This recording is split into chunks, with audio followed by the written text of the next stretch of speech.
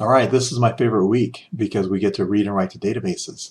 And the reason is my favorite week is because virtually every single production application out there reads and writes to databases.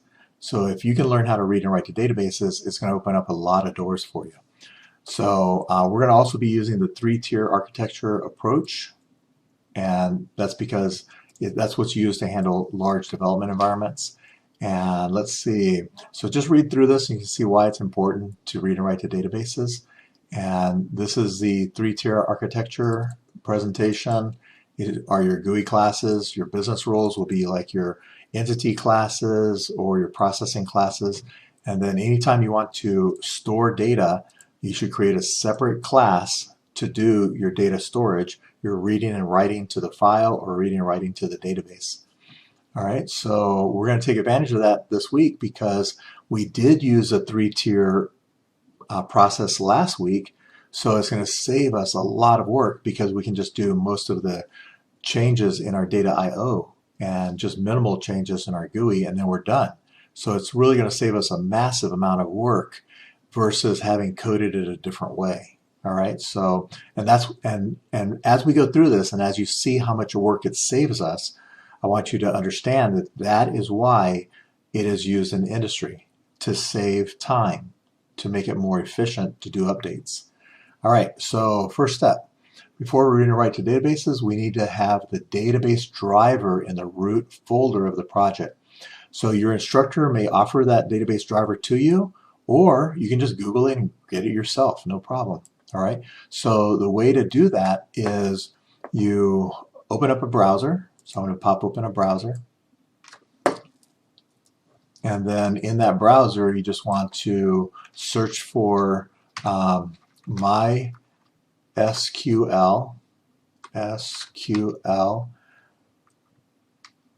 Java driver. All right, so MySQL Java driver. And then I hit my enter key.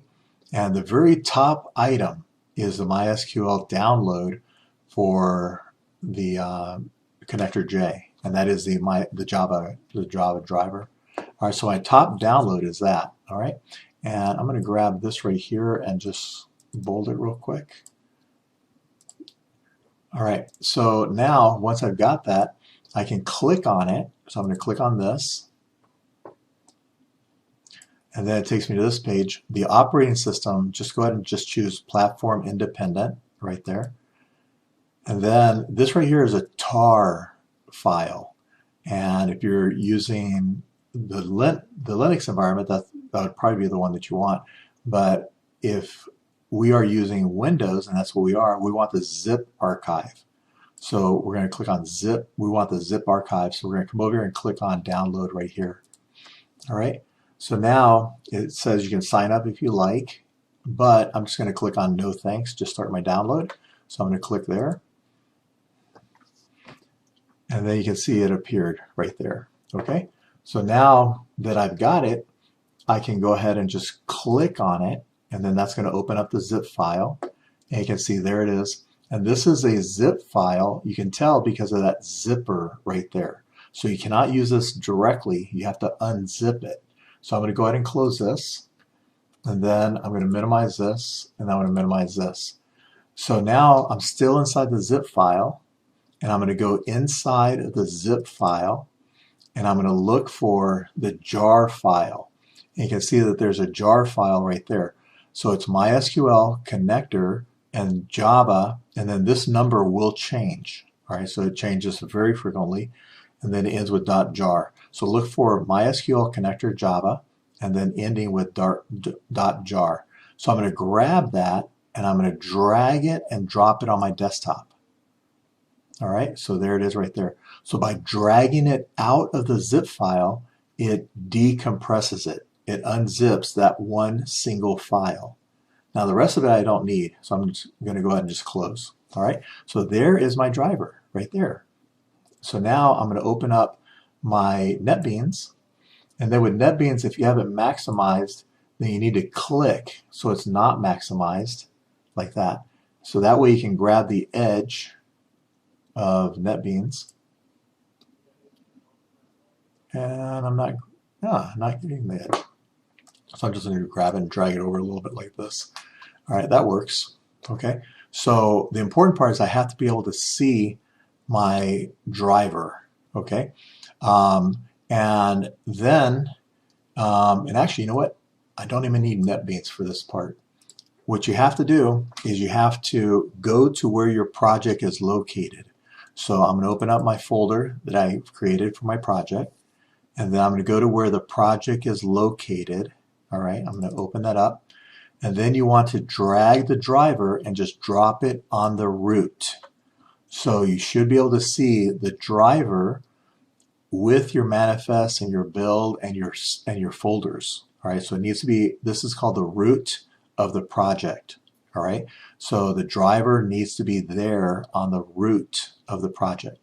All right, now that it's there on the root of the project, then you go to MySQL, you go to NetBeans, and then on your NetBeans, you open up your project. So if this is closed, go ahead and open it up, and then you'll see libraries. Do you see that right there? And if you open up libraries, you can see that there's your JDK. So what you do is you click on the word libraries, then you right click on it, and then you go to add jar folders. Add jar, because we're adding a jar, right? And we're going to click on it, and then it says, where is it? So you go over to your project, to where your project is located, and I've got my project in my CIS355A. So there's desktop CIS355A. I'm going to double click on CIS355A, and then this is the project name, right? So I'm going to double click on that because the driver's in the root of that project, and boom, there it is. All right, so I'm going to click on that, and you can confirm that you got the right one because over here it says relative path and it has a name with no slashes or anything else. All right, so this is the perfect one. Okay. All right, so once I've got that, I just hit open right down here, and I'm done. If you look over here at your libraries, it's now located right there as part of my libraries. Nice. That was fairly easy. All right, so now I'm going to go back over to the instructions. And then it says platform independent, and then I clicked on no thanks, just start this. The XX part will change, and actually the Java part is going to be on there. So let's put Java right there also. All right, so here, open the folder, copy it, and we did that already. And then once you find the folder, you'll see the file listed, so then you just choose it and then double click the file and then you're done. Okay, so open your Visio class diagram from our design phase, and we need to update the data.io, and since we're connected to a database, we will add our connection variables at the top of the class. So that's these guys right here. All right, now let's go ahead and look at this. If you made the password DeVry123 and called your schema CIS355A, so MySQL calls a database a schema, all right? Everybody else calls it a database. So if you see schema, just translate that in your brain to database. And then if you created the database using the CIS355A, and that's the default instructions, all right, then these are your constants. If you made any changes, then you need to change these. In other words, make sure that this matches your database, and then make sure that that matches your password. Okay, so I'm going to grab these guys right here, and I'm going to copy them. And then once you finish, it should look like this. So it should have constants, and then right up here at the top. So I'm going to come back over here to this, and I'm going to go over to my data.io. And now I'm going to go up to the very, very top and make sure you're inside of the class. All right, so here I'm going to say constants, and then I'm going to paste that. My tabbing's messed up, so I'm going to hit source format, and that fixes it. There you go.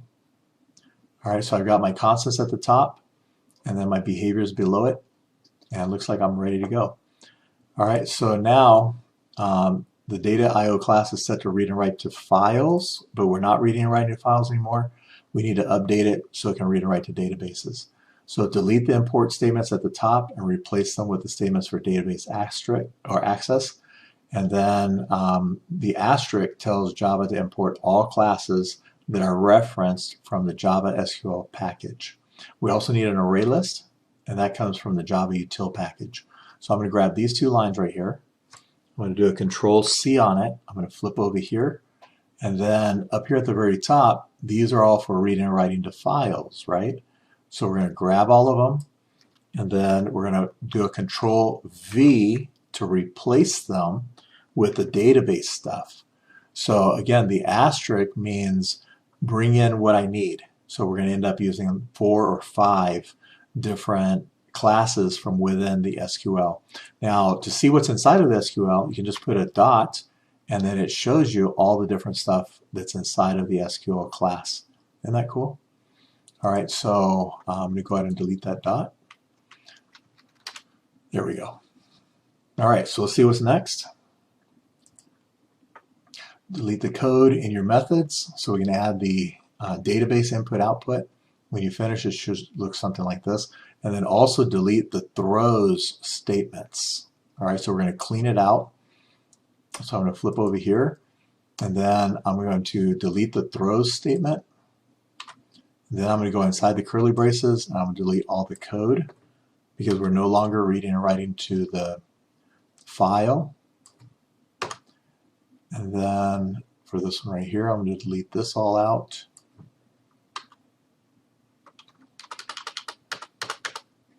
And then this one right here, I'm going to delete the throws. And then I'm going to delete the code all the way down. All right, then I'm going to type in return null. Remember how we did that before? All right, and then let's see, that all looks good. Return null, and then yeah, that all looks good. Okay, now we need to set up our MySQL database so it can hold our data. So open your MySQL workbench, click on local instance. Now I'm going to grab my instructions, and I'm going to drag it over here, and I'm going to minimize this guy, and I'm going to go ahead and open up MySQL. So I'm going to click here, and I'm going to type my, and then MySQL workbench comes up. So I can go ahead and click on that, and then it opens up. And you can see from right here, all right, you can see from right here, I need to click on that icon right there. So I'm going to click on that, and then it's asking for a password. If you created it the way that that the video shows, then you should be able to just type in devry123. If you change the password, then you need to use that password, whatever you used.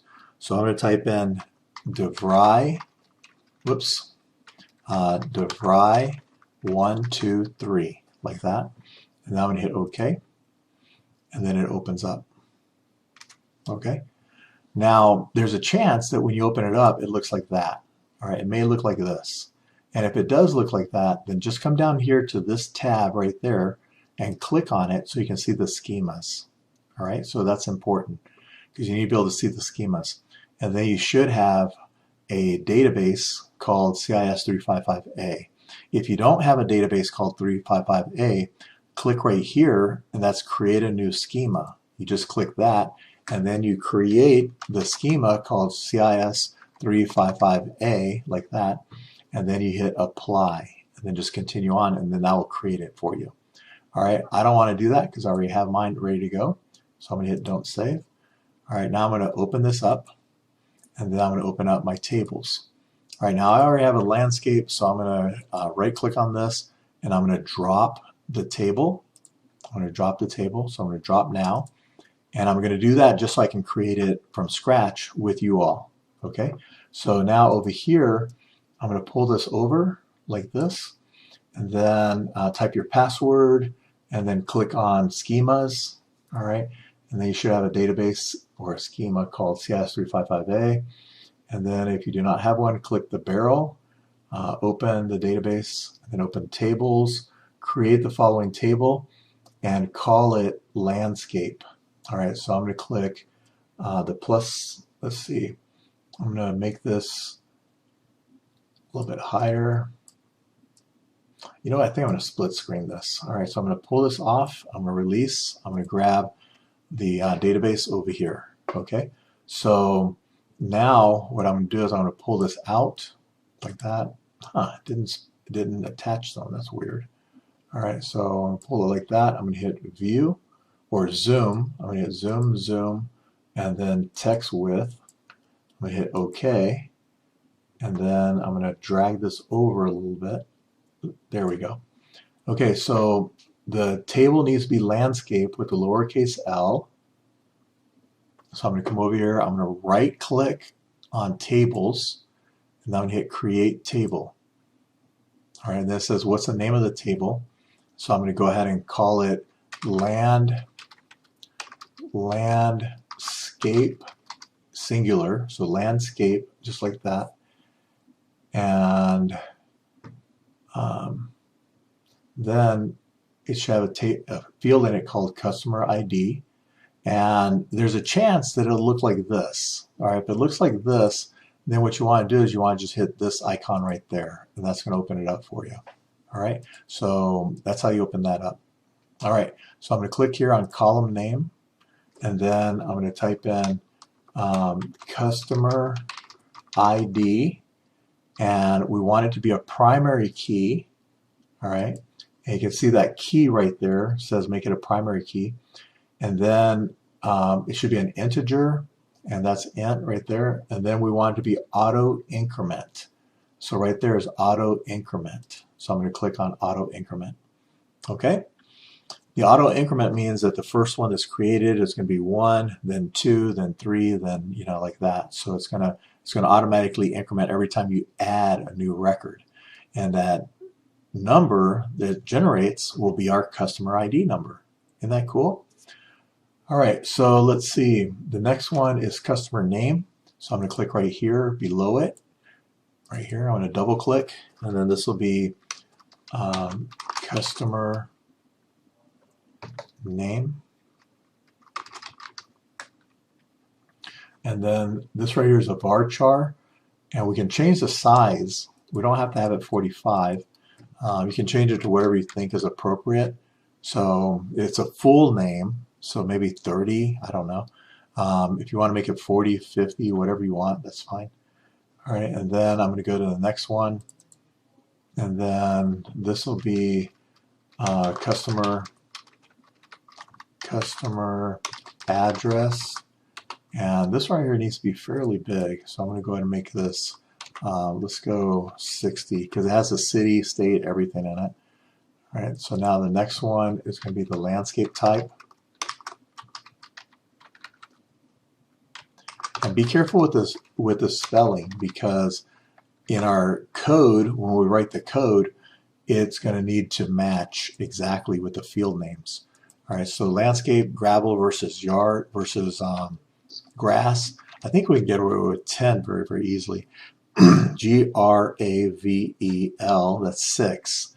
But if we have a different type of yard, I want to make it a little bit bigger in case we add another type of yard.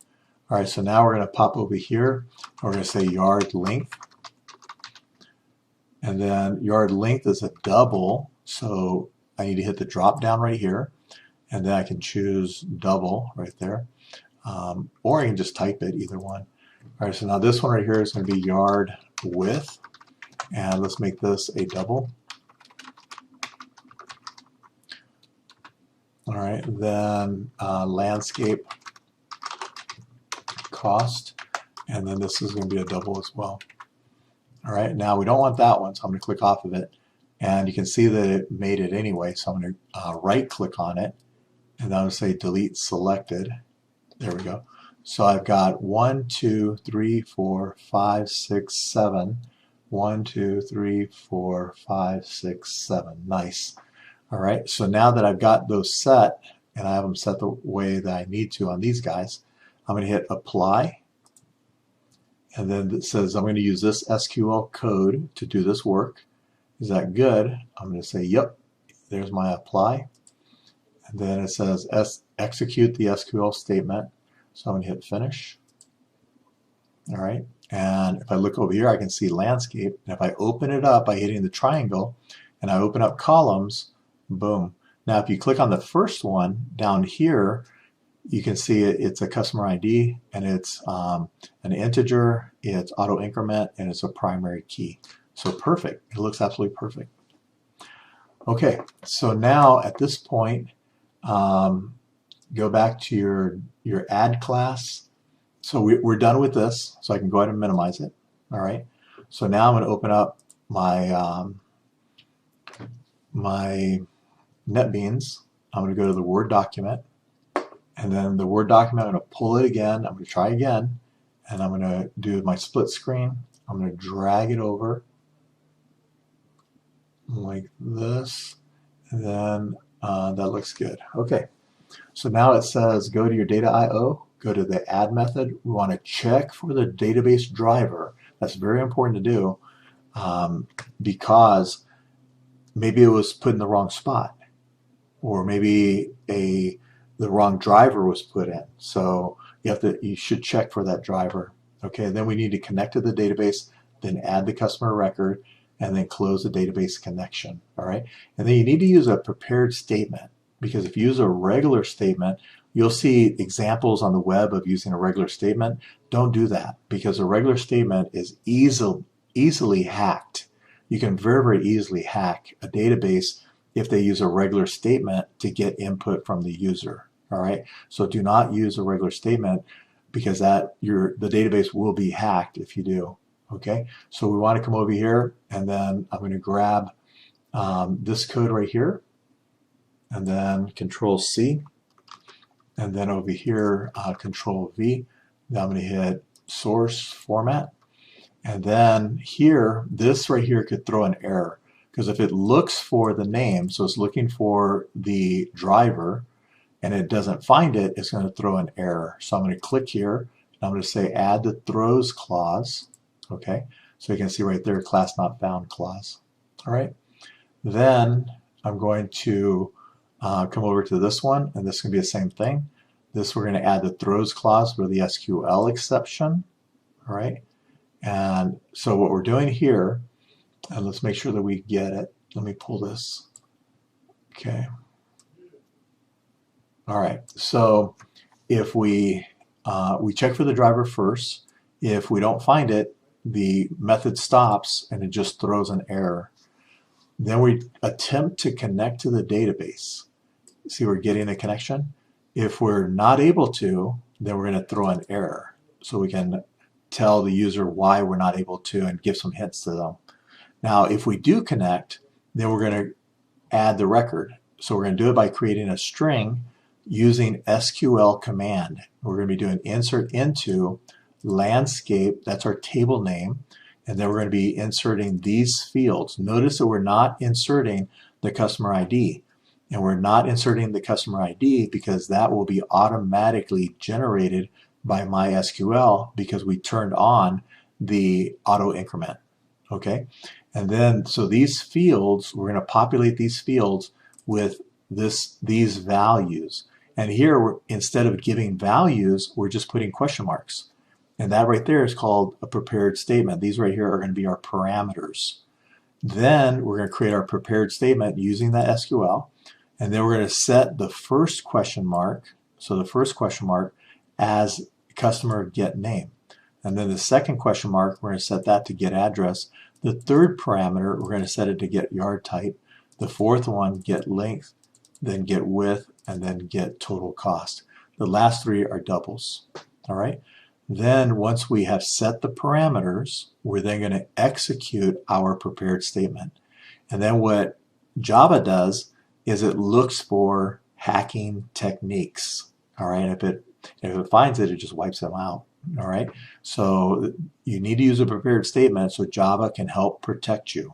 All right, then once we write it, once we execute the prepared statement, you want to close the connection to the database. That's how that works. Okay, let's see. Go to your landscape GUI and then update your submit order. so that it looks for SQL statements instead of IO exceptions.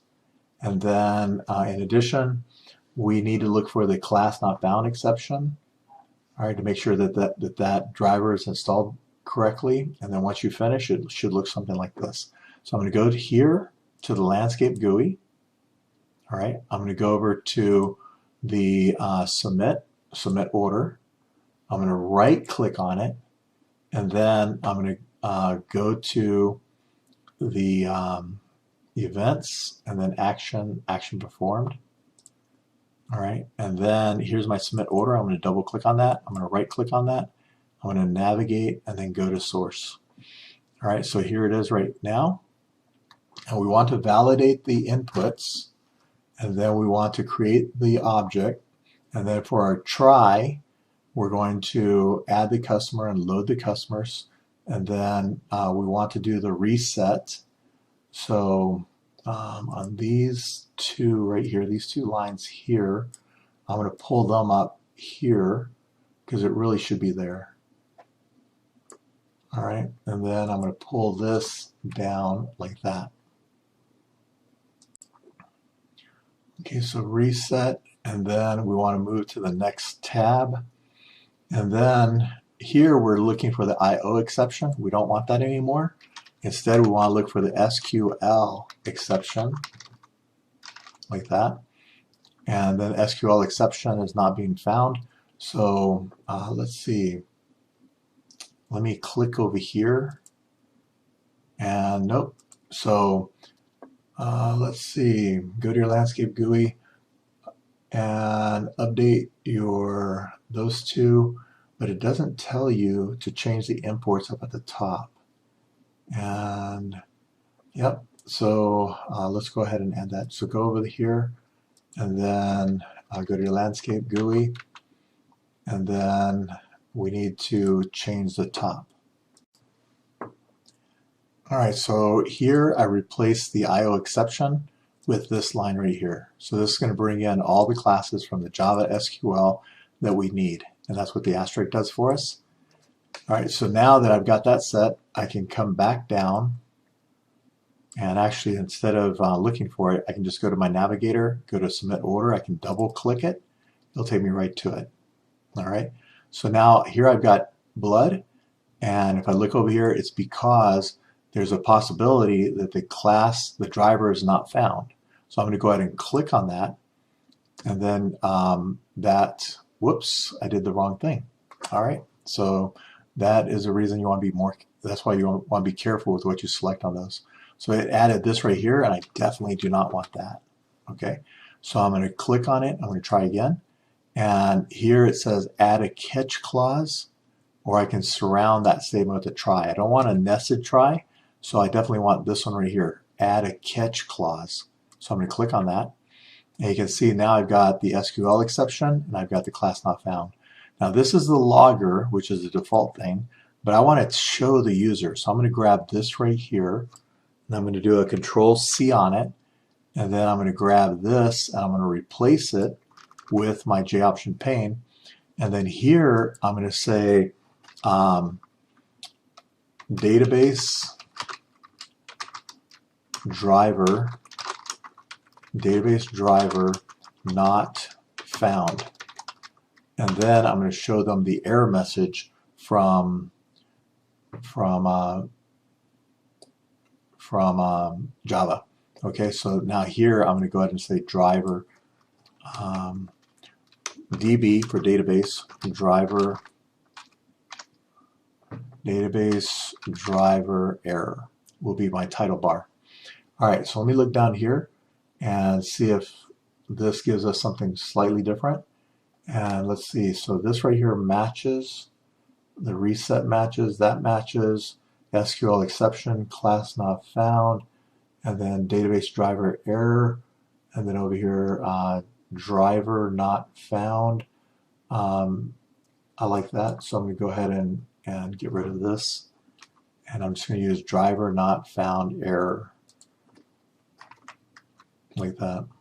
And then I am going to pull this to database. I think I like that wording better. So database driver error. Beautiful. I like it. All right, so now I'm going to come down here. If you use a block comment on your delete action perform method and your load customer method, you can test your submit order method. For example, put a /* at the first line of your load customers and a */ at the end. So load customers. So I'm going to go to load customers right here. I'm going to double click on it, and that takes me to load customers here.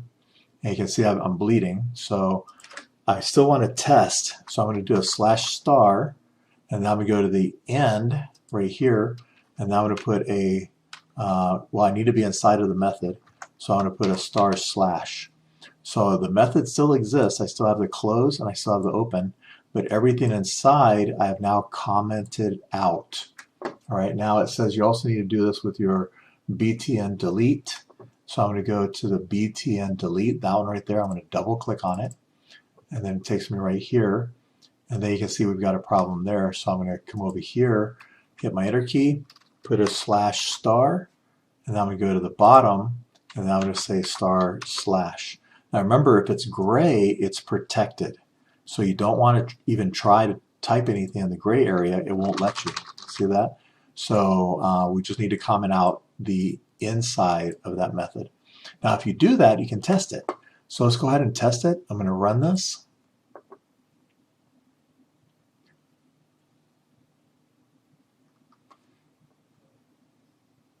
And then grass next, and then this will be Mary Tyler Moore, and 921 West Abbey Drive, and let's say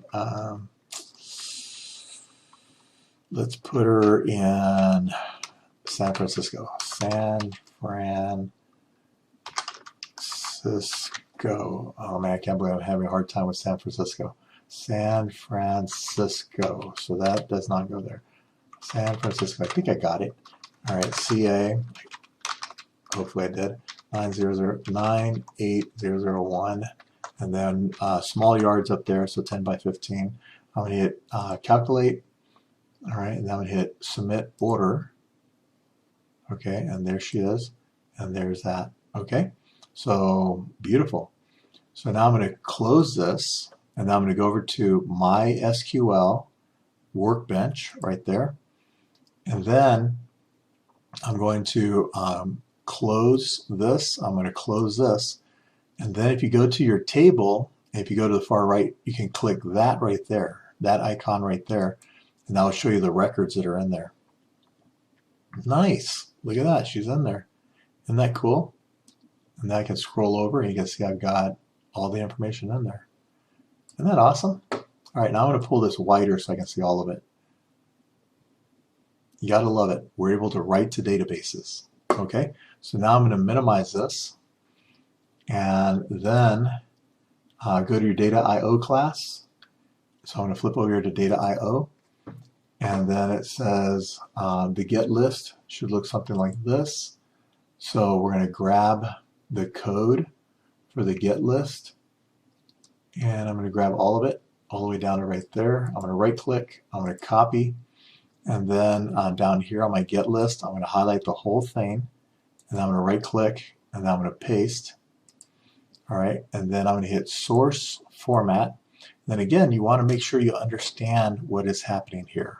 Okay, so we want to create the array list first, and then we're going to connect to the database using our connection string and our constants from the top.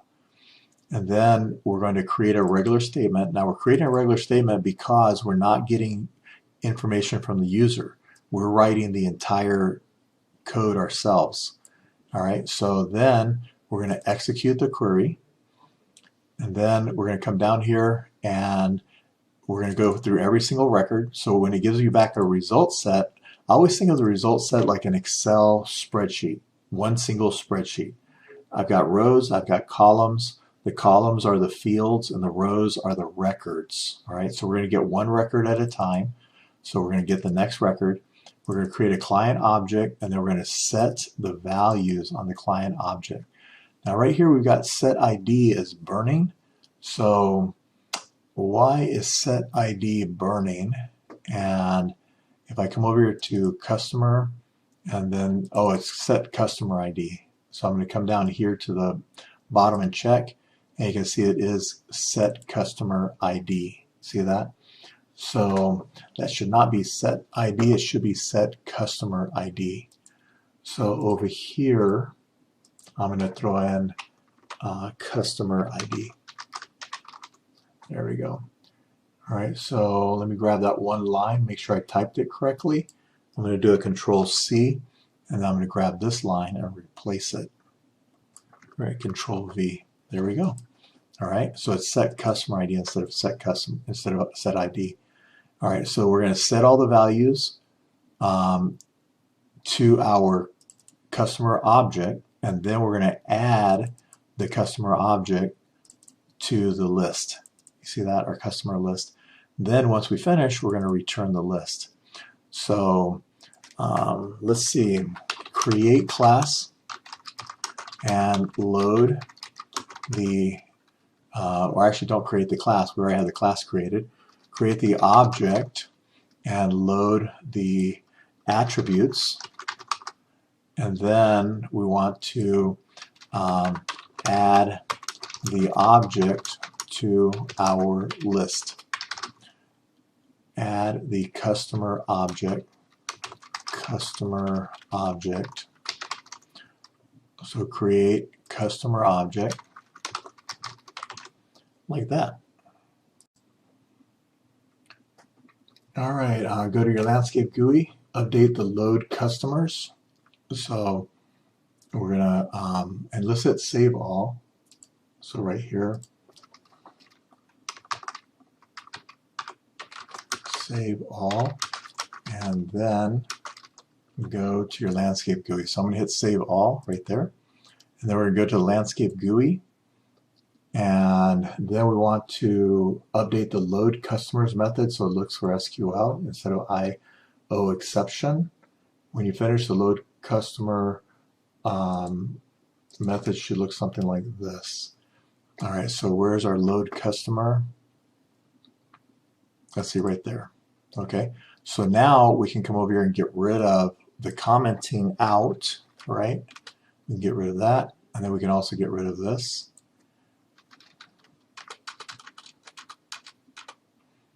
All right, and then we want to be looking for an SQL exception instead of an IO exception,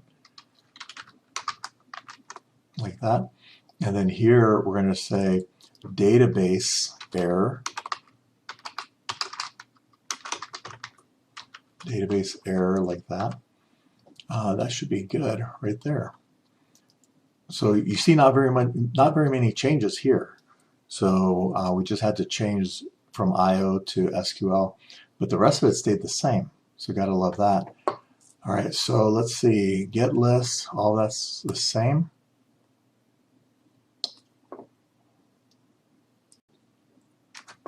All right, run your application, click on the customer list, click on the load list button. Does it work? So far so good if it does. All right, let's find out. All right, so I'm gonna go ahead and run this.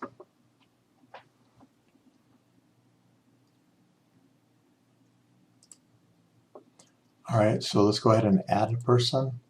So this will be John Smith, 123 Annie Street. We'll put them in Dallas.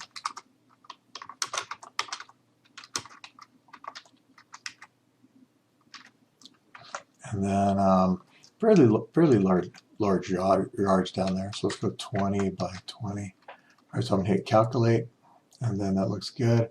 They agree on the cost, so we hit submit order. All right, so we've got John, we've got Mary. All right, and we close it, and then we reopen it. And then we go to customer list, we hit load list, and John and Mary are there. Nice, isn't that cool? All right, so now I'm going to close this, and let's see, we need to be able to delete a customer. Go to your data IO, And then we want to go to the delete right here. Change the method header so you can delete a customer based on a customer's ID, because the database will give us the customer IDs. So we're going to come over here, and this is going to be based on the customer ID number. All right. And then to delete, we want to connect to the database. So I'm going to grab this right here. We want to connect to the database. Then you want to give the command, the database command, and that's called an SQL command. So I'm going to hit source format. All right, most databases can talk SQL. All right, so I'm going to click here, and then we're going to add a throws, which is that one right there. Uh-oh. Let me try it again. So I need to click right there because I want to add the throws. That's what I need right there. All right. And let's see, why is this bleeding? Ouch, what happened? Oh, I'm in curly brace hell. So I accidentally grabbed an extra curly brace down here.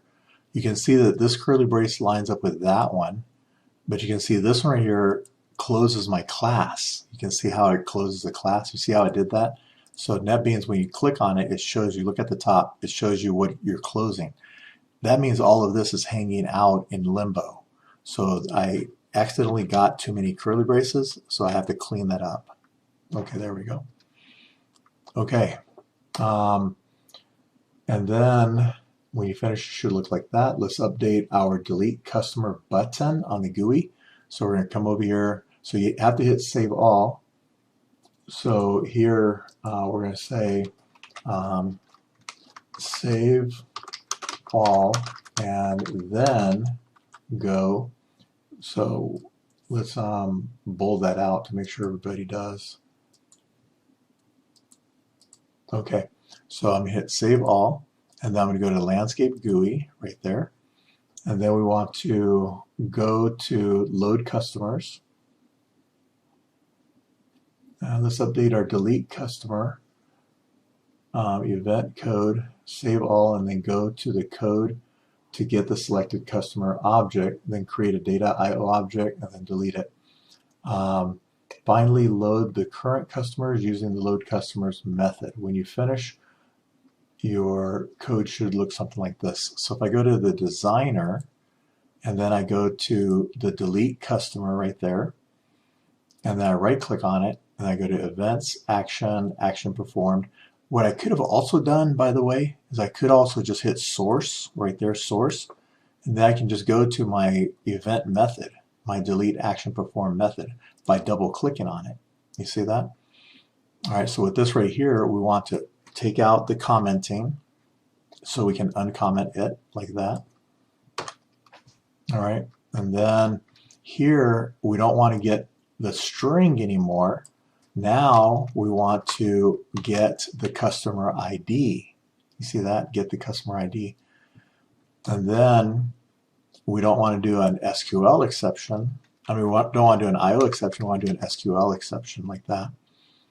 And then here we're going to say database error. Database error. All right, so let's see if that kind of matches. All right, customer. And then old is not null. Data IO. Delete old get ID. All right, so this right here should not be get ID. This should be get customer ID. And then we want to set the text to blank because we just deleted the customer. And then we want to load new customers. And then geometry pane, this error, and then get message. All right, I like mine better. All right, so now it says run your application, test it, including the menu. You can now read and write to databases. So it's an amazing project. We covered just an amazing amount with this project and got you very, very close to what you need once you graduate and you're developing your own applications. So definitely play with this, have fun with it, make sure you understand all the concepts. Let's go ahead and run it and see if it works.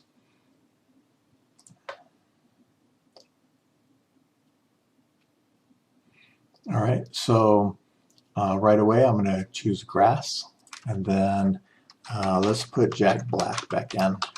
123 Guinea Street, Los Angeles, California, 90021, and then 20 by 10 yard. We're going to calculate, then submit order, and then Jack Black is in there, and everybody's in there. Nice.